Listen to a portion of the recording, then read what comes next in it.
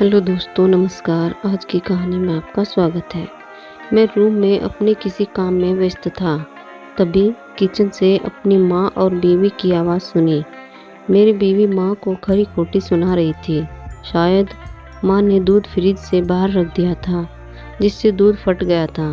माँ बस यही कह रही थी कि उसने गलती से दूध बाहर छोड़ दिया, और मेरी बीवी उन्हें डांट लगा रही थी क्योंकि उसे मेरे लिए चाय बनाना था।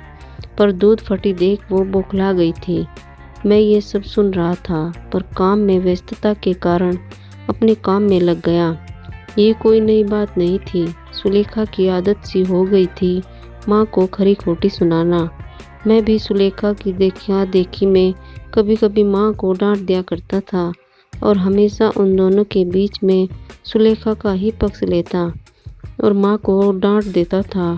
आज जब मैं 3 दिन बाद घर आया तो माँ मेरे पास आकर अपने आंचल से मेरे मुंह को पोंछते हुए बोली, बेटा खाना लगा दूँ? दूर से आया है, थक गया होगा, ला अपना पैर, जूता उतार देती हूँ। मैं चुपचाप माँ को देख रहा था और वो मेरे जूते को उतार रही थी। मैंने माँ से पूछा, सुलेखा कहाँ है? तो उसने कहा, वो तो अभी अभी बाहर गई है। मुझे बताए कि तुम कुछ देर में आने वाले हो, और कहकर चली गई। सुलेखा अपनी माँ को देखने गई थी।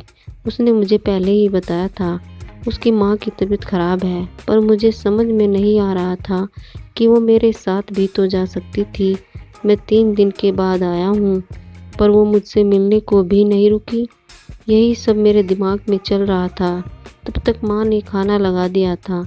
माँ ने मुझे आवाज़ दिया, बेटा मुंह हाथ धो लो, खाना लगा दिया है। मैं खाना खाकर बिस्तर पर लेट गया, पर नींद नहीं आ रही थी। मन में बस एक ही बात चल रही थी कि सुलेखा अपनी माँ को देखने की जल्दी में मुझसे मिले बिना चली गई, और मैं उसके चलते अपनी माँ को हमेशा डांटता रहता हूँ। लेकिन माँ उस बात को लेकर कभी भी मुझसे या सुलेखा से कोई नाराज़गी नहीं जताती। वो बस सुनती और भूल जाती। लेकिन ये बात मेरे मन में घर कर गई। सारी रात मैं बस माँ के बारे में सोचता रहा। आखिर क्यों वो अपनी बेइज्जती बर्दाश्त करती है? आखिर क्या है वो चीज़ जिसके चलते माँ मुझसे इतना प्यार करती है? क्यों हमेशा मेरी चिंता करती है? क्यों वो सुलेखा की बातों का जवाब नहीं देती? क्यों क्यों और न जाने कितने ही क्यों मेरे मन को झकझोर रहे थे। मैं सुबह माँ को सबसे पहले यही पूछूं, आखिर कौन सी बात है जिसके चलते तुम इतना सब सहती हो और उफ तक नहीं करती? मैं माँ की बातों को सुनकर दंग रह गया। आज मुझे पता चल गया उस क्यों का कारण क्या है।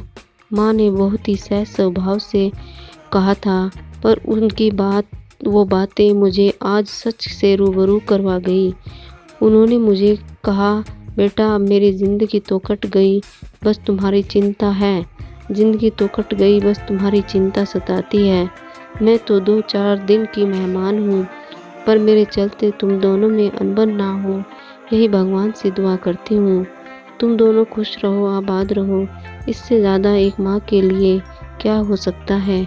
ये कहकर वो किचन में चली गई और जाते जाते कह गई, तू इतना सोच मत, सर दर्द करेगा। मुझे मेरे सारे क्यों का जवाब मिल गया था। ये सब माँ की ममता ही तो है, जो अपने दुख को भुलाकर अपने बेटे के सुख की दुआ करती है। ये माँ की ममता ही तो है, जो मुझ जैसे पापी को भी मिल जाती है। यही एक ईश्वरीय वरदान है जो हर किसी के नसीब में होता है। बस मेरी तरह कई ऐसे हैं जो उस ममता की कीमत नहीं जानते। दोस्तों, कहानी कैसी लगी? पसंद आई तो लाइक, शेयर और सब्सक्राइब ज़रूर करें। मिलेंगे एक नई कहानी में, तब तक के